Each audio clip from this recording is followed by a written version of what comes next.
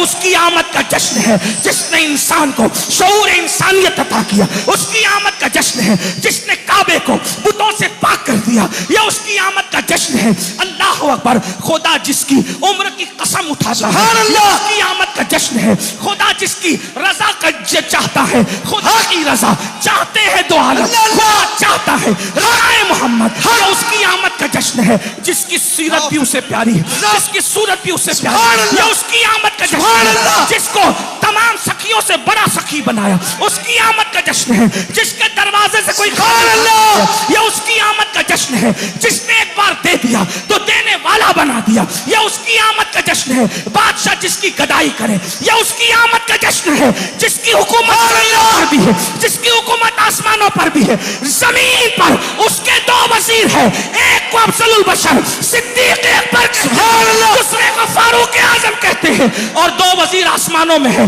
एक को जिब्रील और दूसरे को मिकाईल कहते हैं। अंदाजा फरमाए, जरा गौर करें, उनके सर में दर्द हो तो उन्हें आसमानों पे बुलाया जाता है, दीदार कराया जाता है। अल्लाह अकबर, उनके देखने को माज़ाग ये कर रहा था। जरा तवज्जो फरमाए, मैं अपने उन्वान से हट ना जाऊं। तो इनकलाब का नाम मिलाद है। हुजूर की आमद से पहले आप देख लें बेवाओं के साथ क्या सुलूक होता है, और हुजूर की आमद के बाद बेवा नबी की माँ बन गई। सिर्फ माँ नहीं बनी, बल्कि जो 2 मरतबा बेवा हुई थी सैयदा खदीजतुल कुबरा, उससे निकाह करके अल्लाह के रसूल ने उनको उम्मुल मोमिनीन बना दिया, मोमिनों की माँ। बस पता चला बेवा सिर्फ नबी की माँ नहीं है, जो 2 बार बेवा हुई थी, जब वो नबी के निकाह में आई तो सारे मोमिनीन की माँ होने का उनको शरफ हासिल हो गया। अंदाजा फरमाए, और सिर्फ मामूली हस्ती नहीं, हदीस बुखारी है, अर्श से अल्लाह जिस पर सलाम नाजिल करता है उस हस्ती को सैयदा खदीजतुल कुबरा कहते हैं। जरा गौर करें, कहां बेवा की वो हैसियत, और कहां फिर जब बेवा हुजूर के निकाह में आ जाए तो मकाम यह कि खुदा जिसे अर्श से सलाम भेजे, अर्श से जिस पे तस्लीम नाजिल हो। तो पता चला, अब मैं जल्दी जल्दी से पढ़ने लगा कि मिलाद का मतलब इनकलाब है। देखो, बेवाओं के अंदर तब्दीली, बेवाओं के मामले में तब्दीली आई। उसके बाद तीसरी बात देखें, बेटियों को जिंदा दफन किया जा रहा था। यह हुजूर से आमद से पहले की बात है। हुजूर आए तो कैसा इनकलाब आया। तवज्जो फरमाए कि फिर अल्लाह के रसूल ने खुद बेटी के लिए उठकर खड़े होकर इस्तकबाल फरमाया और दुनिया को बताया कि बेटी का मकाम क्या है। और जब रसूलुल्लाह की मशहूर हदीस से सिर्फ इशारा दे रहा हूं, जब सैयदा कायनात, मखदूमा कायनात, मलका फिरदौस बरी सैयदा फातिमातुज़ ज़हरा हुजूर से मिलने आती, हुजूर अलैहिस्सलाम हर वक्त का मामूल था उठ करके खड़े होकर कहते, फिदा के उम्मी वाबी या फातिमा, फातिमा तुझ पर मेरे माँ बाप कुर्बान हो जाए। हुजूर उनकी पेशानी चूमते, अपनी जगह पे उनको बिठाते। बेटी की इज्जत करना किसने सिखाया? ये मिलाद है, हुजूर की मिलाद है, ये इनकलाब है। खुद की बेटियों को जिंदा दफन करने वाली कौम दूसरों की बेटियों को पालने में जो शरफ हासिल कर रही थी, ये मिलाद मुस्तफ़ा की बरकत है। तीसरी चीज आपके सामने, अल्लाह के रसूल की आमद से पहले गुलामों की हैसियत जानवरों से ज्यादा बदतरीन थी। अब मैं आपको बताऊं, और फिर गुलाम में जब औरत अगर कोई गुलामी के पट्टे में जो है वो बंध जाए तो कितनी जलील होगी औरत, कितना रुस्वा किया जाता होगा औरत को। लेकिन कुर्बान जाए, हुजूर अलैहिस्सलाम ने जैसे ही आंखें खोली, तवज्जो करना, अल्लाह के रसूल ने जैसे ही आंखें खोली, एक कनीज है, उसका नाम सुएबा है, अबू लहब की कनीज है। इसका मतलब अरब के बहुत बड़े गुंडे की कनीज है। लेकिन अल्लाह अकबर, उसके बावजूद भी ये हुजूर का मोजज़ा है, ये मिलाद मुस्तफ़ा की बरकतें हैं। लोग कैसे कहते हैं कि मिलाद से क्या मिलता है? मैंने कहा जो मिला वो मिलाद ही से तो मिला है। आप कोई नेमत पढ़िए, मैं तालिब इल्मों ने एक ऐसे से बैठ करके कहूंगा जो हुआ मिलाद के बाद हुआ है, वरना अभी मैं आपके सामने पढ़ के सुना दूं आपके पूछने से पहले। लेकिन पहले अपनी बात ये पूरी करूं। अरब के इतने बड़ा गुंडा अबू लहब इतना सख्त दिल इंसान था, उसकी कनीज थी सुएबा, और इत्तेफाक से जो है वो हजरत अब्दुल मुत्तलिब का बेटा होता था, यानी रिश्ते में बेटा लगता था। जब सुएबा जो है वो गई है अबू लहब के पास कि तुम्हारे भाई के घर बेटा पैदा हुआ है, उसी वक्त अबू लहब के दिल में रहम आया और उसने उंगली का इशारा करके कहा कि जा, मैंने तुझे आजाद कर दिया। इधर रसूलुल्लाह जमीन पर आए और सबसे पहले जिसको फायदा पहुंचा है उसको औरत कहते हैं। औरतों में भी भी कनीज है, और फिर शोएबा जैसी कनीज को हुजूर की मिलाद की वजह से आजादी नसीब हुई, और आका ने आकर के बता दिया जब तक मैं नहीं आया था औरतें कुचली जा रही थी। ये मेरे कदमों की बरकत है कि औरत को आजाद कर दिया गया है। आजकल लोग औरतों के बड़े हिमायती बनकर खड़े हुए हैं। मैंने कहा 1450 साल के बाद तुम्हें जहां शऊर आता है, 1450 साल से पहले इस्लाम वहां से गुजर चुका होता है। दीवान गाने इश्क मोहम्मद को देखकर घबरा गई है गर्दिशे दौरा, कभी कभी गर्दन में हाथ डाले हैं माहो नजूम ने, गुजरा है इन हदों से मुसलमान कभी कभी। बोलो औरतों पर फिलखुसूस कनीज और गुलाम पर क्या जुल्म हो रहे थे, रसूलुल्लाह ने आज़ाद करवाया। उसके बाद आप देखें पर लोगों का माल खा जाना, कमज़ोरों का माल खा जाना, लोगों का माल लूट लेना आम बात थी, पूरी दुनिया की आम बात थी। अगर मैं लुटेरों की फहरिस्त तो यहाँ बयान करने लगूँ, कुछ लोगों को अच्छा लगेगा, कुछ लोगों को बुरा लगेगा, क्योंकि लुटेरों में एक नाम नहीं था। अरब से लेके अजम तक, अजम से लेकर शर्क से लेके गर्ब तक, गर्ब से लेके शर्क तक, रोम से लेके ईरान तक, ईरान से लेके यूनान तक, यूनान से लेके सिंध तक, सिंध से लेके हिंद तक, हर जगह लुटेरे मौजूद थे। लेकिन अभी बात ये नहीं बनती। आप समझ गए कि इंसान जो है वो लुटेरापन करता था, माल खा जाता था, कमज़ोरों का माल छीन लेता था। लेकिन जब अल्लाह के रसूल तशरीफ़ लाए तो इंसान को हुजूर ने शऊर इंसानियत अता किया। अल्लाह के रसूल इंसान साजी के लिए आए थे, इंसान को शऊर इंसानियत अता करने के लिए, इंसान को अल्लाह के रसूल इंसान बनाने आए थे। हुजूर ने कैसे इंसानियत पैदा की कि लोगों का माल छीन कर खाने वालों को फिर अल्लाह के रसूल ने इतना बुलंद किया है कि लोग खुद भूखे रहकर दूसरों को खिलाने लगे हैं। यह इनकलाब है मिलाद शरीफ का। एक वाक़या आपने सुना होगा, बड़ा मशहूर सा वाक़या है। एक मर्तबा चंद लोग आए मस्जिद नबवी में। उस वक्त तो बैतुल माल का सिस्टम नहीं था। जरा गौर कीजिएगा, खुद गर्जी से निकाल कर किस तरीके से ईसार अल्लाह के रसूल की मिलाद ने लोगों के दिलों में पैदा किया है। मैं भी इसका एंड पढ़ूंगा थोड़ी देर, बहुत ज्यादा नहीं, इसलिए कि रोड पर भी प्रोग्राम है और शहजादा वाला तबार की गुफ्तगू और उलमा की गुफ्तगू हो चुकी है। मैं बस बहुत इख्तिसार से काम लूंगा, लेकिन थोड़ी तवज्जो। मिलाद इनकलाब का नाम है, इसी पे मेरी बात खत्म हो जाएगी। तवज्जो की, तवज्जो है आप सबकी, बहुत तवज्जो से आप सुन रहे, अल्लाह आपको सलामत रखे। लेकिन गौर फरमाएं, चंद मेहमान आए, कोई मतबक नहीं था, कोई बैतुल माल नहीं था, कुछ नहीं था। बस ये था कि मेहमान जब आते थे तो मस्जिद नबवी में, अच्छा मुस्लिम गैर मुस्लिम की कोई तफरीक नहीं होती थी, ये भी सुन लें आप। ये जो हमारे ऊपर दाग और धब्बा लगता है कि हम लोग माज़अल्लाह यानी कि तासुब परस्त है और असबियत है, ये सब झूठ है। खाना खिलाने के मामले में और अखलाक के मामले में हमारे यहाँ मुस्लिम और गैर मुस्लिम में कोई तफरीक नहीं है। हम सिर्फ अल्लाह के रसूल का पहला पैगाम इंसानियत है। एक बात और अर्ज करूं, अल्लाह के रसूल की पूरी जिंदगी 63 साल की है जाहिरी, एक है 40 साल, एक है 23 साल। ज़ुहूर नबूवत से कब्ल की जिंदगी 40 साल, ज़ुहूर नबूवत सिर्फ 23 साल। क्या फर्क है? 40 साल हुजूर ने लोगों को इंसान बनाया और 23 साल में हुजूर ने लोगों को मुसलमान बनाया। और हुजूर अलैहिस्सलाम ने हमें यह बताया कि जो इंसान बन जाएगा उसका मुसलमान बनना आसान है, और जो इंसान ही नहीं बनेगा फिर वो मुसलमान। जिस तरीके से समझाने के लिए, अगर कोई एसएससी का एग्जाम पास ना करे तो फिर क्या कभी वो डॉक्टर की डिग्री हासिल कर सकता है? कभी हासिल नहीं कर सकता, चाहे कितने बड़े बाप का बेटा हो। तो आप मुझे बताएं, जब कोई इंसान ही नहीं होगा तो फिर वो मुसलमान कैसे होगा? और इससे पता चला कि जो इंसान बन जाए उसको मुसलमान बनाना आसान है, और जो इंसान न बन सके वो कभी मुसलमान नहीं बन सकता।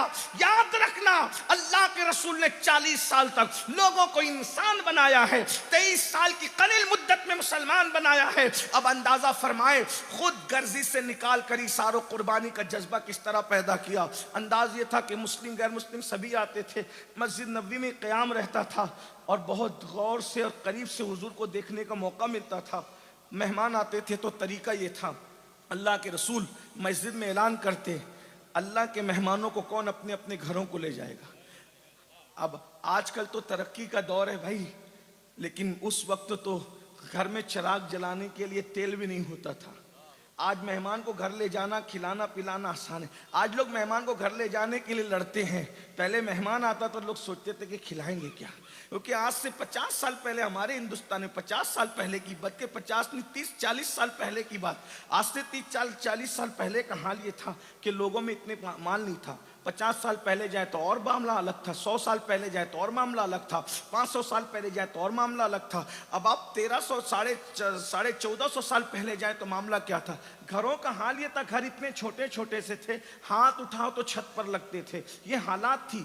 लोग जब वो 3-3 दिन फाका करते थे, फाका कशी। अब तो मैं समझता हूँ कि सड़क पर जो भीख मांगते हैं भिखारी, वो भी 3 में 4 बार खाता होगा भाई। बिल्कुल मैं ये बात कह रहा हूँ, यानी कोई गलत बात नहीं कह रहा हूँ। रोड पे पड़ा हुआ आदमी भी कम से कम 3 बार तो खाता है, और अगर बहुत कम आप कहते तो 1 बार तो वो जरूर खाता है। एक बात आपको बताऊं, आजकल तो भिखारियों का हाल भी ये हो गया है, वो खाना दो ना तो पहले चखते हैं, उनको टेस्ट समझ में आता है तो खाते हैं, वरना वो भी उठा करके जानवरों के आगे डाल देते हैं। आज के भिखारियों का मजाक भी इतना ऊंचा हो गया। लेकिन बहरहाल चले, दुनिया तरक्की पर है। अल्लाह के रसूल ने फरमाया, हुजूर ने अलैहिस्सलाम फरमाते हैं, मेरे बाद तुम मुशरिक नहीं हो जाओगे, अलबत्ता दुनिया तुम पे कुशादा कर दी जाएगी, यानी दुनिया तुम पर बहुत बड़ी करके पेश की जाएगी, बहुत आसाइशें हो जाएगी, आराम हो जाएगा, राहतें हो जाएगी। आज सब खा पी रहे हैं भाई, अल्लाह अकबर। आज तो लोग 2-2 ड्रेस एक दिन में भी चेंज कर लेते हैं। एक दौर वो था कि लोग हफ्ते में 1 लिबास पहनते थे, हफ्ते में कभी 2 लिबास पहन लेते थे। आज तो रोजाना में पानी में असर है,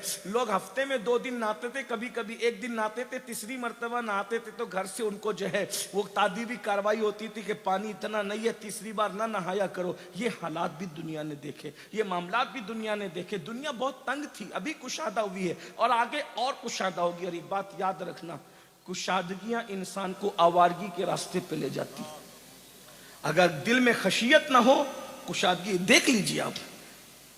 इंटरनेट के आने से पहले जो तकवा आपके पास था, इंटरनेट, अब मैं किसी को कुछ नहीं कह रहा हूं, अपने आप में डूब कर सोचो, क्या इंटरनेट के आने के बाद वही तकवा आज अपने पास है?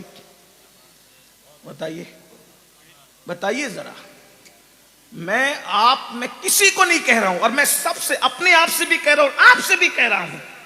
अगर हम बयान सुनने, खुद का बयान सुनने के लिए भी बैठे तो आपको 2-4 खतरात से गुजरना पड़ता है।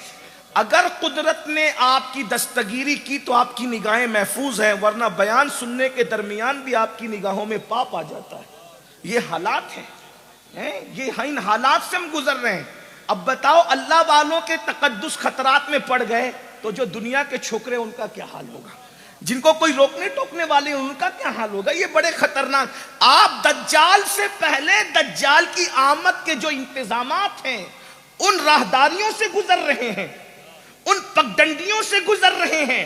और एक बात याद रखना, दज्जाल को तलवारों से खतरा नहीं है, दज्जाल और दज्जालियत को बमों से खतरा नहीं है, दज्जाल और दज्जालियत को मिसाइल और हथियारों से खतरा नहीं है। दज्जाली निजाम को सबसे ज्यादा अगर खतरा है तो वो पीवर मजहबी लोग जो अल्लाह के खौफ और खशियत के साथ, तकवा और परहेजगारी के साथ जिंदगी गुजारते हैं, उन लोगों से खतरा है। इसलिए दज्जाली निजाम ये चाहता है कि तुम नमाजी तो रहो लेकिन तुम्हारे अंदर रूहे नमाज का कोई असर न रहे। तुम कलमा पढ़ते तो रहो लेकिन कलमे की बरकत तुम्हारे पास न रहे। तुम जो है वो दुरूद तो पढ़ते रहो लेकिन दुरूद की रूहानियत तुम्हारे पास न रहे। अल्लाह अकबर, यानी रूखी सूखी इबादतें करते रहो। अल्लाह के बंदो जरा गौर करें, कितना बड़ा हथियार है तकवा, कितना बड़ा हथियार है मजहबियत, कितना बड़ा हथियार है मसलकियत। इसलिए कि दज्जालियत चाहती है कि बद्र में हथियार नहीं थे, फिर भी जो जंग जीती गई है वो खशियत और इश्क की बुनियाद पर जीती गई है। उहुद के अंदर हथियार नहीं थे लेकिन जो जंग जीती गई है वो इश्क मुस्तफा और खशियत इलाही की बुनियाद पर, तकवा और परहेजगारी की बुनियाद पर। जहां सारे हथियार दम तोड़ देते हैं वहां मजहब की ताकत दस्तगीरी करती नजर आती है। इसलिए दज्जाली निजाम किसी को भी मजहब पर कायम रखना नहीं चाहता, कोई भी मजहब पर कायम ना रहे। इसीलिए आज देखिए रुसूमात बहुत, हमारे नौजवान बच्चे तकरीर सुनने के शौकीन हैं, बहुत शौकीन है। हज़ारों के तादाद में रोज़ाना जलसों में लोग आते हैं, मुंतज़िमीन भी खुश हैं, मुकर्रिर भी खुश हैं, सब खुश हैं। लेकिन एक बात बताऊं, ये भी क़यामत की निशानियों में से एक निशानी है कि अल्लाह के रसूल अलैहिस्सलाम ने फरमाया, मफ़हूम हदीस है कि लोग दीन सुनने के लिए जमा होंगे लेकिन लोग दीन पर अमल करने के लिए जमा नहीं होंगे। आप बुरा नहीं मानना, इशा के बाद आपको बुलाएं, आप हज़ारों में आते हो, अस्सलातु खैरुम मिनन नौम कह के भी अभी आज कोई बुलाएगा क्या? इतनी तादाद में सब पहुँचेंगे?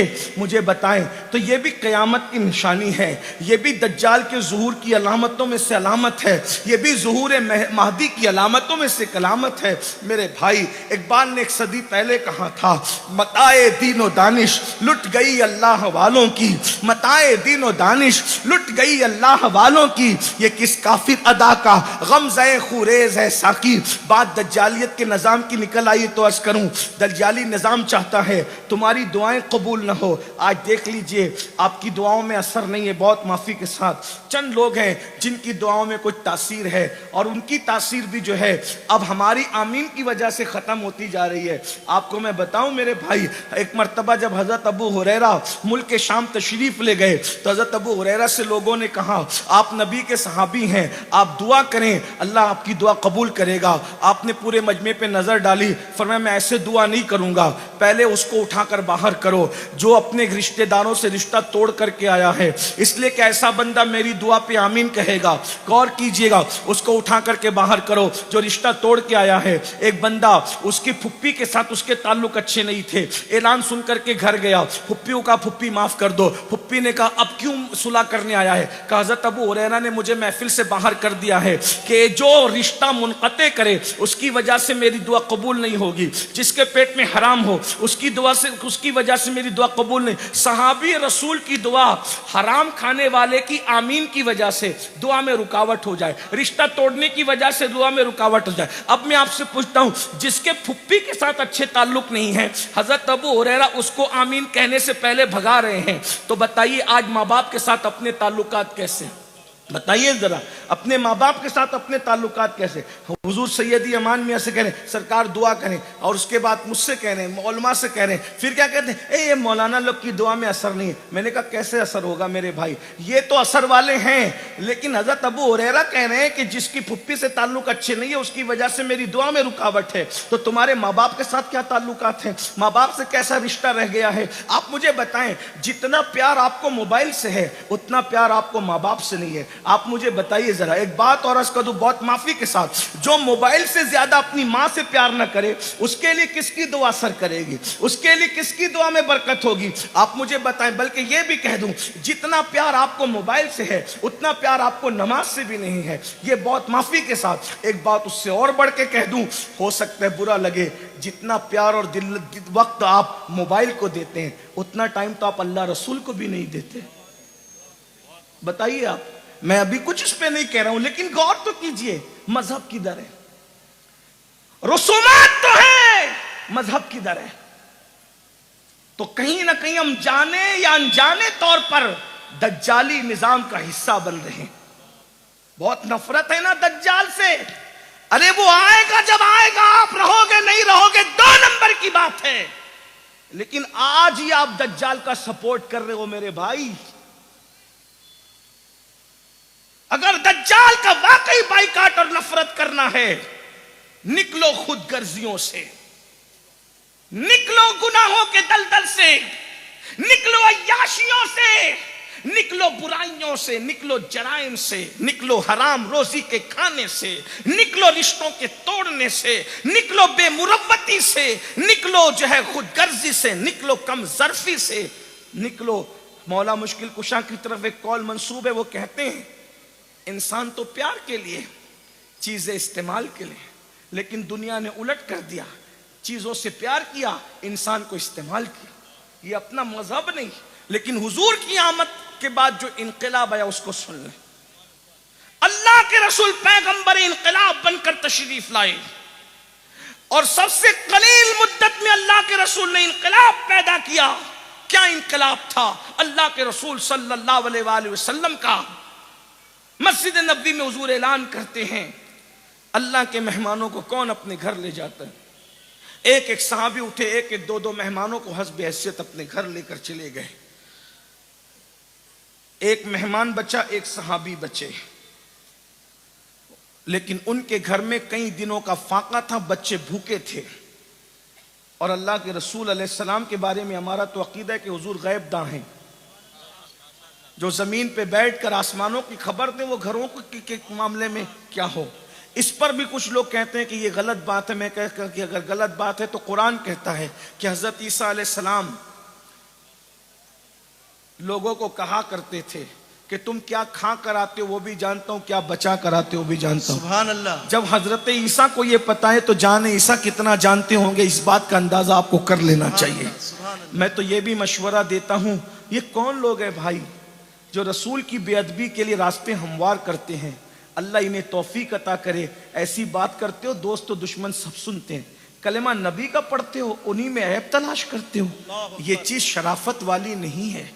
अरे इंसान अगर किसी को उस्ताद मान ले तो उसकी बेअदबी नहीं करता, करोड़ों ऐब के बाद अपने बाप की बेअदबी नहीं करता। कलेमा पढ़ने के बाद रसूल पाक की बेअदबियां करते हो, नबी की अम्मी को काफिर कहते हो, नबी के अब्बा जान को काफिर कहते हो, नबी को दूध पिलाने वाली दाइयों को काफिर कहते हो। जरा गौर तो कीजिए, ऐसी बात करते हो नबी बेटी नहीं बख्शवा सकते। मैंने कहा जालिम, हदीस पढ़ता है, किस कैसे पढ़ता है? जब रसूलुल्लाह ने फरमाया कि मुसलमान का कच्चा बच्चा, ये हदीस है, माँ के पेट से जो कच्चा बच्चा गिर जाए, कच्चा बच्चा भाई जिसने सांस भी नहीं ली, जो पूरा बना भी नहीं था, कच्चा बच्चा हदीस में आया, माँ के पेट से जो कच्चा बच्चा गिर जाएगा, कयामत के दिन वो भी अपने माँ बाप की शफाअत करेगा।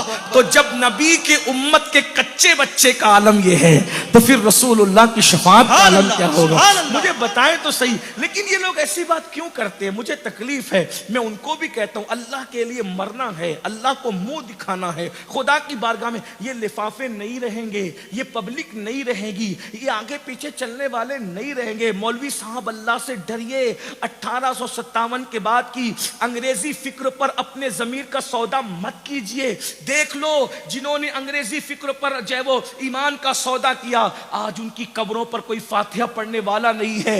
लेकिन जिन लोगों ने दीन की सच्ची खिदमत की, बादशाहों से टकरा गए, हुकूमतों से टकरा गए, बड़ी बड़ी ताकतों से टकरा गए, देखा अकबर की कब्र पे कोई फातिहा पढ़ने वाला नहीं, क्योंकि मजहब के खिलाफ गुंडागर्दी कर रहा था। लेकिन मुजद्दिद अल्फसानी शेख अहमद सरहिंदी के आस्थाने पर आज भी जो उनकी अजमतों का फरेरा लहरा रहा है। देख लीजिए अंग्रेज इक्तिदारों का इक्तिदार चला गया, लेकिन इमाम अहमद रजा का अल्लाह अकबर ताजा गुलिस्तान आज भी मौजूद है।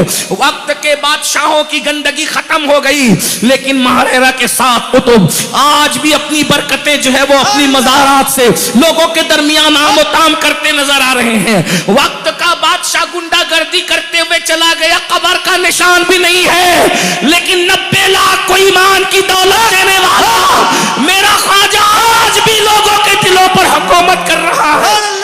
नारे तकबीर, मरना तो नारे रिसालत, ख्वाजा का हिंदुस्तान। बादशाह की चमचागिरी करने वाले फजल और फैजी आज उनका कोई नाम लेवा नहीं है, लेकिन शेख अब्दुल हक मुहद्दिस दहलवी का डंका आज भी बज रहा है। अंदाजा फरमाए। इसलिए मैं मशवरा, कोई नफरत की बात नहीं करूंगा, हम तो सूफिया के गुलाम हैं। मसलक की बात जरूर करूंगा, लेकिन इस वक्त नफरत की बात नहीं करूंगा। मसलक की बात करते हुए लोगों को लगता है कि नफरत की बात करते हैं, ऐसा नहीं है। मसलक की बात करते हुए तुम्हें नफरत की बात लगती है, लेकिन अगर गहराई से देखो तो समझ में आएगा इससे बढ़कर इस्लाह माशरा कुछ भी नहीं है।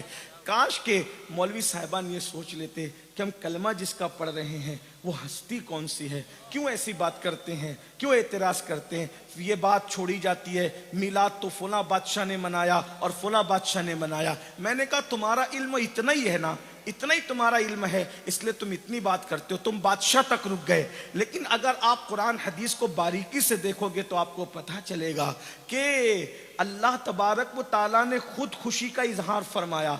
आपको नहीं पता, आप हदीस उठा करके पढ़ें। जब अल्लाह के रसूल की, देखो लोग कहते हैं मिलाद का कोई सबूत नहीं है। मैं एक हदीस पढ़ता हूँ, देखिए आपके सामने पढ़ता हूँ। एक यहूदी था, मक्का आया था तिजारत की गरज। भाई रास्ता छोड़ दीजिए, इंतजामिया को मुश्किलात ना हो, आप लोग करीब आ जाएं, दुरूद शरीफ पढ़े आप। अल्लाहुम्मा सल्ली अला मुहम्मद। वाला आले मोहम्मद दुरूद शरीफ पढ़ने, पीछे मुड़ने के लिए नहीं कहा भाई, आपको दुरूद शरीफ पढ़ने के लिए कहा। अल्लाहुम्मा दुरूद शरीफ पढ़िए। आवाज नहीं आई दुरूद शरीफ की। सल्लल्लाहु अलैहि नबीयुल उम्मी व आलिहि व अस्हाबी व बारिक वसल्लम सलातो व सलामन अलैका सय्यदी यार। अच्छा, आप भी इतने कच्चे कानों के हैं ना कि अपने महबूब के खिलाफ कोई भी उड़ुम धुड़ुम अब लल्लू पप्पू बात करता है, आप उसके कहने में आते हैं। यानी आपसे बढ़ के कच्चे कान का कौन होता है भाई? महबूब के खिलाफ तो पूरी दुनिया एक तरफ जमा हो जाए, फिर भी आप कहें मैं महबूब को छोड़कर जाने के लिए तैयार नहीं। सुभान अल्लाह, सुभान अल्लाह। आप कैसी मोहब्बत करते हैं? चंद मौलवियों के कहने पे आप हर मर्तबा हर दिन मसलक चेंज करते हैं। ओ लोगों ने कितना बहकाया लैला को, लैला को यहां तक का तेरा मजनू लंगड़ा है। बड़े बड़े लोग दलील पेश करते तेरा मजनू लंगड़ा है, तेरा मजनू लंगड़ा है, लेकिन इश्क था ना, उसने कहा झूठ है। हालांकि उसने मजनू को कभी देखा भी नहीं था चलते हुए, लेकिन इश्क का तकाजा है, पूरी दुनिया एक तरफ, महबूब एक तरफ। उसने कहा तुम सब झूठे हो, मजनू लंगड़ा नहीं है। काफिर तूने नहीं देखा, देख ले। जब चलते हुए देखा तो मुस्कुरा के बोली लंगड़ा नहीं है, मेरे इश्क में लहरा लहरा के चलता। सुभान अल्लाह, सुभान अल्लाह, सुभान अल्लाह। वही मोहब्बत हो तो ऐब देख कर भी नजर नहीं आता ना। मोहब्बत हो तो ऐब देख कर भी नजर नहीं आता। अगर इश्क हो जाए और ऐब हो ही नहीं तो फिर आदमी तसव्वुर भी नहीं कर सकता। हमारा महबूब तो वो है, अल्लाह अकबर, जलसे का नाजिम नहीं, मस्जिद का मौलवी नहीं। हसन बिन साबित कहते हैं वो अहसन मिन कलम तरक़त्तु आईनी वो अजमल मिन कलम तलीदिन निसा खुलिक़्त मुबर्रअम मिन कुल्ली आइबिन कअन्नका क़द खुलिक़्त कमा तशा। सुभान अल्लाह, सुभान अल्लाह। हमारा नबी है जिसके बारे में हसन कहते हैं हुजूर आप जैसा हुस्न वाला मेरी आंखों ने देखा ही नहीं है। सुभान अल्लाह, इस पर सुन्नियों को सुभान अल्लाह कहना सुभान अल्लाह। है ना, अपने आका की बात है। हुजूर आप जैसा हुस्न वाला मेरी आंखों ने देखा ही नहीं। मेरी आंखें क्या देखती, आप जैसा हुस्न वाला किसी माँ ने जन्म ही नहीं दिया। और अल्लाह ने हर ऐब से पाक आपको पैदा किया, हर ऐब से पाक, जो भी ऐब हो सकता था हर ऐब से पाक अल्लाह ने अपने महबूब को पैदा किया। और गोया कि आप जैसा बनना चाहते थे अल्लाह ने आपको आपकी मर्जी के मुताबिक बनाया। सुभान अल्लाह, सुभान अल्लाह, सुभान अल्लाह। बरेली से आवाज आती वो कमाल हुस्न हुजूर है। हसन अरबी कह रहे हैं, बरेली का कलंदर उर्दू कह रहा है, मजमून एक ही है। वो कमाल हुस्न हुजूर है कि गुमान नक्स जहां नहीं, यही फूल खार से दूर है, यही शम्मा है कि धुआं नहीं। करूं तेरे नाम पे जा फिदा, करूं तेरे नाम पे जा फिदा, करूं तेरे नाम पे जा फिदा। न बस एक जहां दो जहां फिदा, अरे दो जहां से भी नहीं जी भरा, करूं क्या करोड़ों जहां नहीं। सुभान अल्लाह, सुभान अल्लाह, सुभान अल्लाह। अल्लाहु अकबर, या रसूल अल्लाह। जिंदाबाद, जिंदाबाद, या अली, या अली। तो कहते मिलाद का कोई सबूत नहीं। मैंने देखा देखो पढ़ोगे तो समझ में आएगा। एक हदीस पढ़ता हूँ, उलमाए किराम बहुत, ये इनकी मालूमात में कोई इजाफा नहीं करूंगा, सिर्फ इनसे तायद लूंगा कि मैं सही पढ़ रहा हूँ या नहीं। एक यहूदी था, वो तिजारत की गर्ज से मक्का आया था। जिस दिन हुजूर की विलादत हुई उस दिन मक्के में कोई और घर में विलादत नहीं हुई थी। ऐसे यक्ता के लिए ऐसी ही यक्ताई हो। जिस दिन मक्के में महबूब पैदा होगा उस दिन किसी के घर में कोई बच्चा पैदा नहीं होगा। अरब में हुए बच्चे पैदा, और खुदा की शान, खुदा की शान, उस साल में जितने बच्चे पैदा हुए कोई बेटी नहीं बल्कि सब बेटे ही बेटे पैदा हुए। लेकिन उस दिन मक्के में किसी के यहाँ बच्चा पैदा, तवज्जो करें, उस दिन मक्के में किसी के यहाँ बच्चा पैदा, बस अगर समझ रहे तो बड़ी लुत्फ की बात है, बच्चा पैदा नहीं हुआ। यानी कुर्बान जाए जिस दिन हबीब तुम आओगे उस दिन कोई नहीं आएगा। जरा तवज्जो फरमाए। हालांकि जयपुर इतना बड़ा है, ऐसा हो सकता है कि किसी के घर में पैदा हो दूसरे घर में पैदा, ऐसा है, लेकिन तुम मजबूर हो, वहां खुदा का मामला है। हुजूर आ रहे हैं, हुजूर आप आए तो सब मुस्कुराए। सुभान अल्लाह। हजरत बेदम शवारसी का शेर है ना, वो आप आए तो जमाने में बहार आई है। आप आए तो जमाने में बहार आई। या रसूल अल्लाह, सब आपके कदमों का। मेरे इमाम कहते वो जो न थे तो कुछ न था, वो जो न हो तो कुछ न हो, जान है वो जहान की, जान है तो जहान है। वो यहूदी कहता है क्या तुम्हारे यहां आज किसी घर में बच्चा पैदा हुआ? ताजिर यहूदी को मक्के के घर में बच्चा पैदा होने से क्या दिलचस्पी है? तो लोगों ने पूछा मक्के वालों ने, तुझे क्या दिलचस्पी है?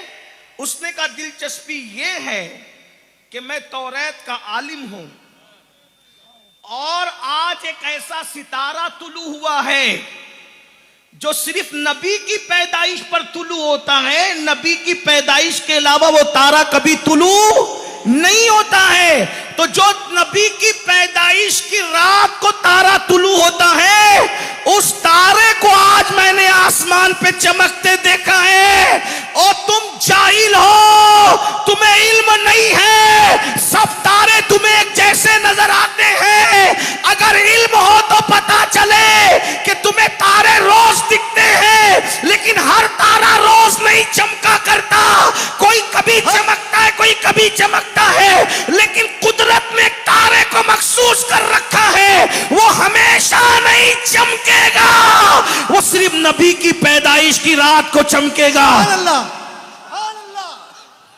एक जुमला कह दो इश्क में, अगर अहले इश्क तायद करे तो कह दूंगा वो खुदा है, वो तारा चमका सकता है क्योंकि वो खुदा है। मैं बंदा हूं, तारा नहीं चमका सकता, लेकिन बल्ब तो लगा सकता हूं। नारे तकबीर, नारे रिसालत, मोहम्मद हमारे, मोहम्मद हमारे। सुभान अल्लाह, सुभान अल्लाह। अब अगर उसके बाद भी कोई कहते हैं कि मिलाद तो बादशाह की बिदअत है, मिलाद तो बादशाह की बिदअत है और नबी ने नहीं मनाया, मैंने कहा अगर ऐसी बात है, एक बात कह दूं, समझ में आएगी आपको नौजवान। एक शख्स ने कहा अगर तुम साबित कर दोगे ना कि बकरी के सर पे 2 सींग है, मैं तुम्हें 50,000 रुपए दूंगा। तो दूसरा दोस्त तो था, वो बोला बेवकूफ, तूने ऐसी शर्त लगा ली कि हारना तेरा यकीनी है। बोले क्यों? बोले कि बकरी के सर पे 2 सींग है, पूरी दुनिया जानती है, वो तो आसानी से साबित करेगा। 50,000 गए तेरे। वो मुस्कुरा के उसने रान पे हाथ मार के कहा वो जितनी दलील देगा मैं मानूंगा ही नहीं। भाई जब मैं मानूंगा ही नहीं तो फिर वो कैसे जीत पाएगा? तो यही है यार, लोगों ने सोच रखा है हम मानेंगे ही नहीं।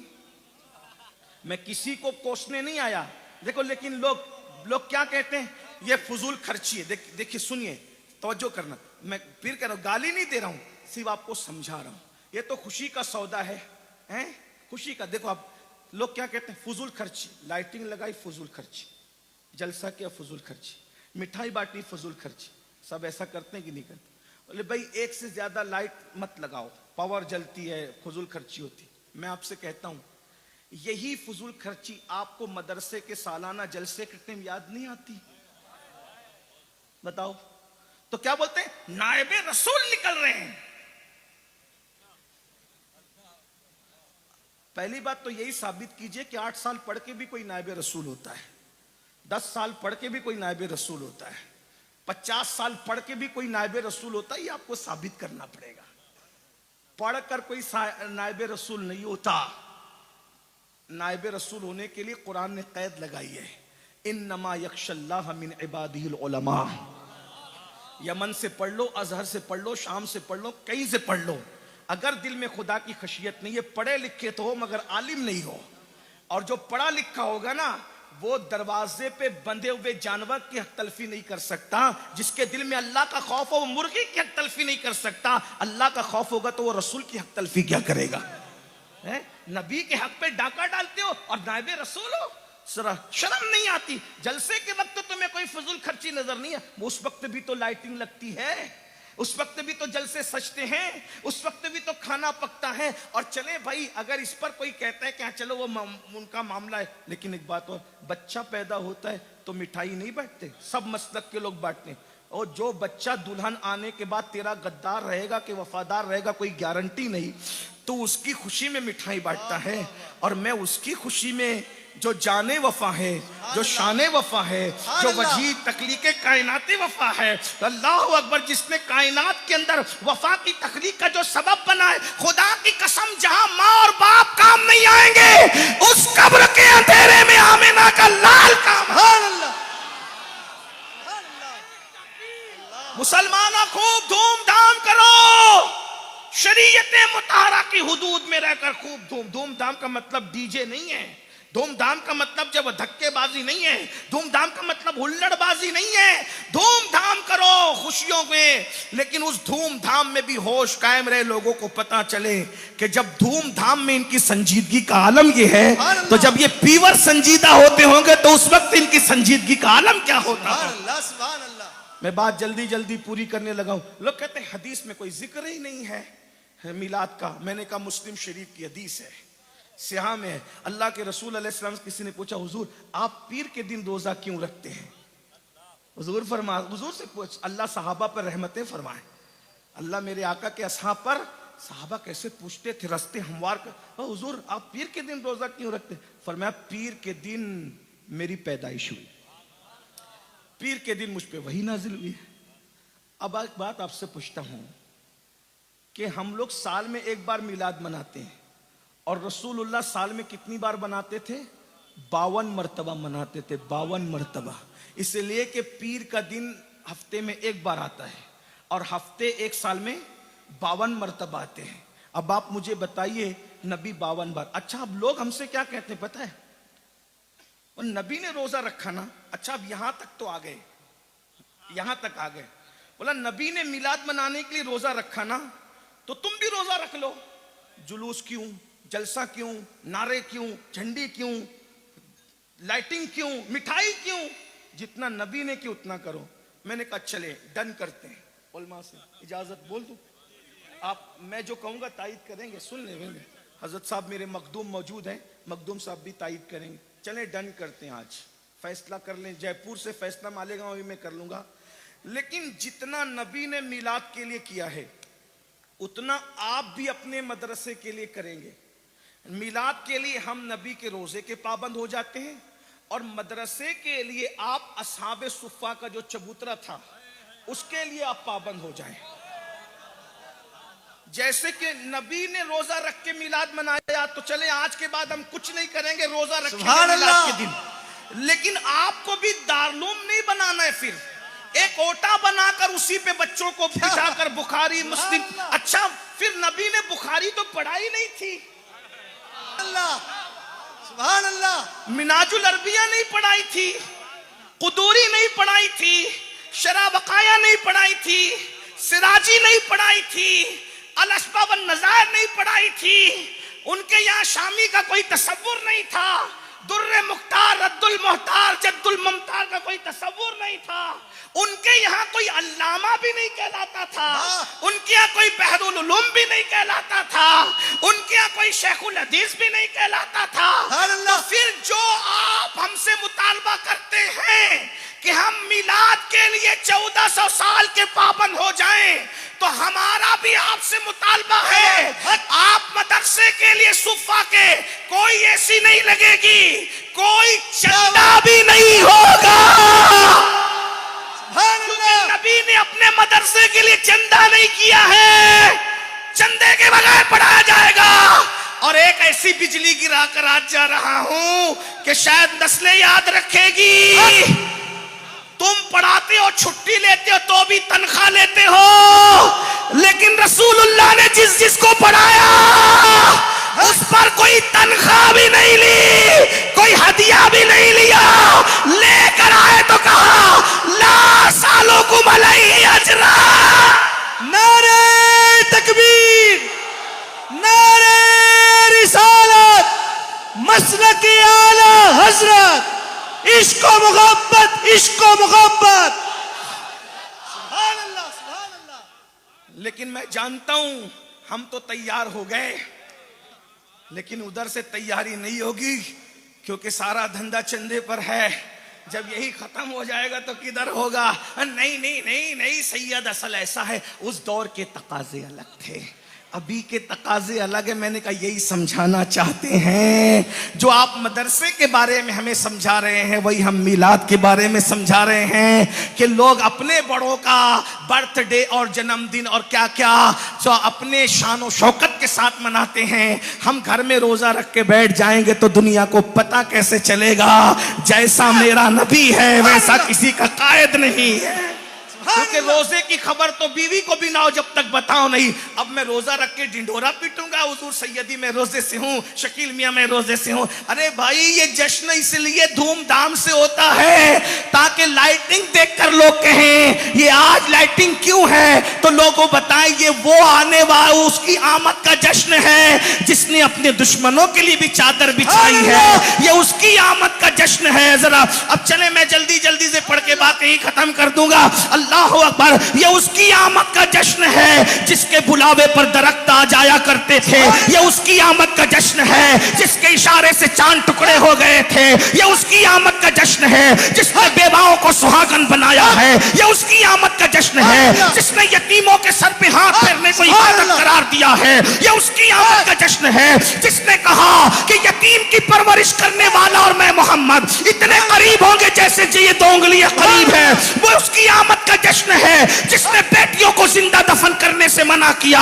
यह उसकी आमद का जश्न है जिसने कहा बेटी को पालने वाला बाप और मैं मोहम्मद जन्नत में इतने करीब होंगे जैसे ये दो उंगलियां करीब है, यह उसकी आमद का जश्न है जिसके इशारे से सूरज पलट आता है, यह उसकी आमद का जश्न है जिसके इशारे से जाबिर के मुर्दा बच्चे जिंदा हो जाते हैं, यह उसकी आमद का जश्न है। खंदक का पूरा फौजी दस्ता जिस बकरी को चबा चबा के खा जाता है उसकी हड्डियों पे हाथ रख के कुम बिस्मिल्लाह कहते हैं तो मुर्दे जिंदा बकरी जिंदा हो जाती है, ये उसकी आमद का जश्न है जिसका लुआब जाबिर के घर की हांडी में जाता है तो पूरा लश्कर खाना खाता नजर आता है, ये उसकी आमद का जश्न है जिसके बदन पे कभी मक्खी नहीं बैठी, ये उसकी आमद का जश्न है जिसके पसीने से गलियां महक जाती थी, ये उसकी आमद का जश्न है जिसको पसीना भी कभी बेतरतीब नहीं आता था, ये उसकी आमद का जश्न है जमीन पे जिसका साया नहीं पड़ता था, ये उसकी आमद का जश्न है।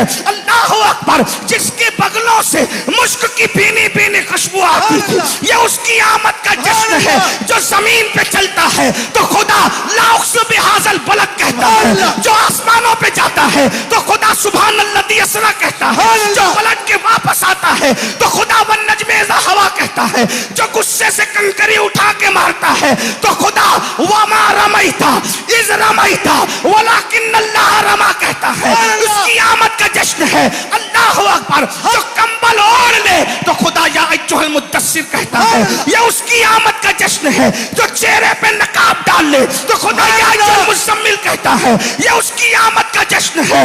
जिसके लिए खुदा ताहा कहता है, यासीन कहता है, मुज़म्मिल कहता है, मुद्दस्सिर कहता है, नून वल कलम कहता है, ताहा कहता है, तासीन मीम कहता है, काफा या इन स्वाद कहता है, ये उसकी आमद का जश्न है। जिसको अलिफ लाम मीम के तमगे से नवाजा जाता है, ये उसकी आमद का जश्न है। जिसे अल किताब कहा गया, जिसके वजूद को लौ कहा गया, जिसके वजूद को कलम कहा गया, ये उसकी आमद का जश्न है। अंबिया सब जो है वो मुक्तदी है, मस्जिद अक्सा में, और वो मुक्तदा है, ये उसकी आमद का जश्न है। जो नबियों का इमाम है, ये उसकी आमद का जश्न है। जिसे देख ले तो सहाबा पर जहन्नम की आग हराम हो जाए, ये उसकी आमद का जश्न है। जिसे इन्ना आतैना कल कौसर कहा जाता है, ये उसकी आमद का जश्न है। जिसके तलवों का दोवन आबे हयात है, ये उसकी आमद का जश्न है। जो जाने मसीहा है, ये उसकी आमद का जश्न है। अल्लाहु अकबर, जो मुख्तार कुल है, ये उसकी आमद का जश्न है। कि जो जन्नत दे भी सकता है, जन्नत बांट भी सकता है, ये उसकी आमद का जश्न है। जो शाफ़े यौमुन नुशूर है, उसकी आमद का जश्न है। अल्लाहु अकबर, जो सैयदा का बाबा है, ये उसकी आमद का जश्न है।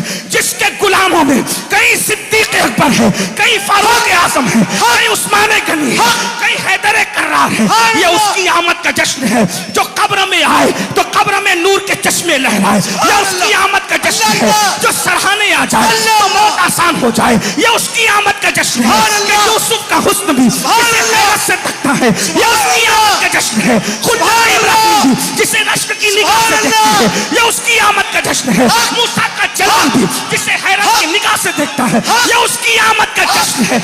अल्लाह अकबर। जब कयामत का दिन होगा, कयामत का दिन होगा, कयामत का दिन होगा, तो अल्लाह फरमाएगा हबीब आज मेरी कुर्सी पर तुम्हें बिठाया जाएगा और तुम्हें मकामे महमूद अता किया जाएगा। यह उसकी आमद का जश्न है जिसने इंसान को शऊर इंसानियत अता किया, उसकी आमद का जश्न है जिसने काबे को बुतों से पाक कर दिया, यह उसकी आमद का जश्न है। अल्लाह अकबर। खुदा जिसकी उम्र की कसम उठाता है, यह उसकी आमद का जश्न है। खुदा जिसकी रजा का चाहता है, खुदा की रजा चाहते हैं दो आलम, खुदा चाहता है राय मोहम्मद, यह उसकी आमद का जश्न है। जिसकी सीरत भी उसे प्यारी है, जिसकी सूरत भी उसे प्यारी है, यह उसकी आमद का जश्न है। जिसको तमाम सखियों से बड़ा सखी बनाया, उसकी आमद का जश्न है। जिसके दरवाजे से कोई यह उसकी आमद का जश्न है। जिसने एक बार दे दिया तो देने वाला बना दिया, यह उसकी आमद का जश्न है। बादशाह जिसकी गदाई करे, यह उसकी आमद का जश्न है। जिसकी हुकूमत पर भी है, जिसकी हुकूमत आसमानों पर भी है, जमीन पर उसके दो वजीर है, एक को अफजलुल बशर सिद्दीक अकबर, दूसरे को फारूक आजम कहते हैं, और दो वजीर आसमानों में है, एक को जिब्रील और दूसरे को मिकाईल कहते हैं। अंदाजा फरमाए, जरा गौर करें, उनके सर में दर्द हो तो उन्हें आसमानों पे बुलाया जाता है, दीदार कराया जाता है। अल्लाह अकबर। उनके देखने को माँ जागल बसर व मा तगा कहा जाता है। उनके पहुंचने को सुम्मा दना फतदल्ला फकान काबा कौसैनी अव अदना कहा जाता है। ये उसकी आमद का जश्न है जिसने अल्लाह अकबर काफिरों की गर्दन नहीं झुकाई, उसकी आमद का जश्न है। जिसने कुफ्र को झुकाया, उसकी आमद का जश्न है। जो रहमतुल्लिल आलमीन है, उसकी आमद का जश्न है। जो खुल्की अजीम का मालिक है, उसकी आमद का जश्न है। जिसके दुश्मन भी उसकी सच्चाई की गवाही देते हैं, यह उसकी आमद का जश्न है। जिसकी सदाकत के डंके शर्क गर्भ में बजते हैं, यह उसकी आमद का जश्न है। जिसके लिए जिब्रील सिदरा पर भी बेचैन रहते हैं और उनके पास आके करार पाते हैं बेलिकाए यार, उनको चैन आ जाता अगर बार बार आते नहीं हो जिब्रील सिदरा छोड़कर। अल्लाह अकबर। ये उसकी आमद का जश्न है जिसने इंसानों के हुकूक बताए, ये उसकी आमद का जश्न है। जिसने माँ बाप के हुकूक बताए, ये उसकी आमद का जश्न है। जिसने जानवरों के हुकूक बताए, उसकी आमद का जश्न है। जिसने पड़ोसियों के हुकूक बताए, ये उसकी आमद का जश्न है। जिसने कहा एक इंसान को कत्ल करना सारी इंसानियत को कत्ल करने के बराबर है, ये उसकी आमद का जश्न है। जिसने कहा एक इंसान की जान बचाना सारे इंसानों की जान बचाने के बराबर है, ये उसकी आमद का जश्न है। अल्लाह अकबर, अल्लाह अकबर। जब सब नफ्सी नफ्सी कहेंगे तो वो उम्मती उम्मती उसकी आमद का जश्न है। जब सब सो जाते थे तो वो सजदे में सर रखकर सबके लिए मगफिरत की दुआ करता था,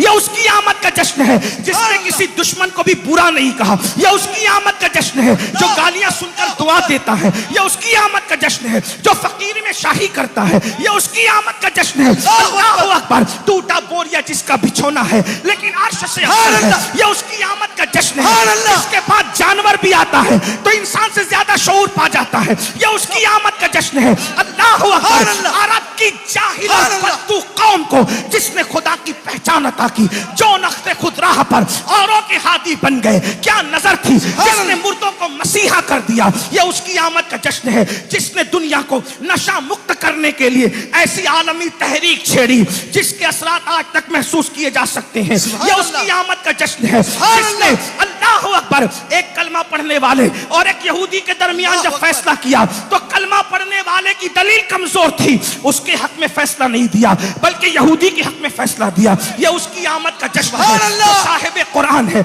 यह उसकी आमद का जश्न है। जिसकी बेटी सैयदा फातिमा जब पुलसरात से गुजरेगी तो कहा जाएगा महशर वालों गर्दन झुकाओ, नजरें नीची कर लो, नबी की बेटी गुजरने वाली है, यह उसकी आमद का जश्न है। जिसका भाई हैदर कर्रार है, यह उसकी आमद का जश्न है। जिसका एक बेटा हसन मुश्तबा है, दूसरा बेटा हुसैन आजम है। ये उसकी आमद का जश्न है जिसके घर में इजाजत के बगैर जिब्रील नहीं आते। ये उसकी आमद का जश्न है जिसकी बीवी के बिस्तर पर अल्लाह का कुरान नाजिल होता है। ये उसकी आमद का जश्न है जब उनके हरम पे इल्जाम लगता है।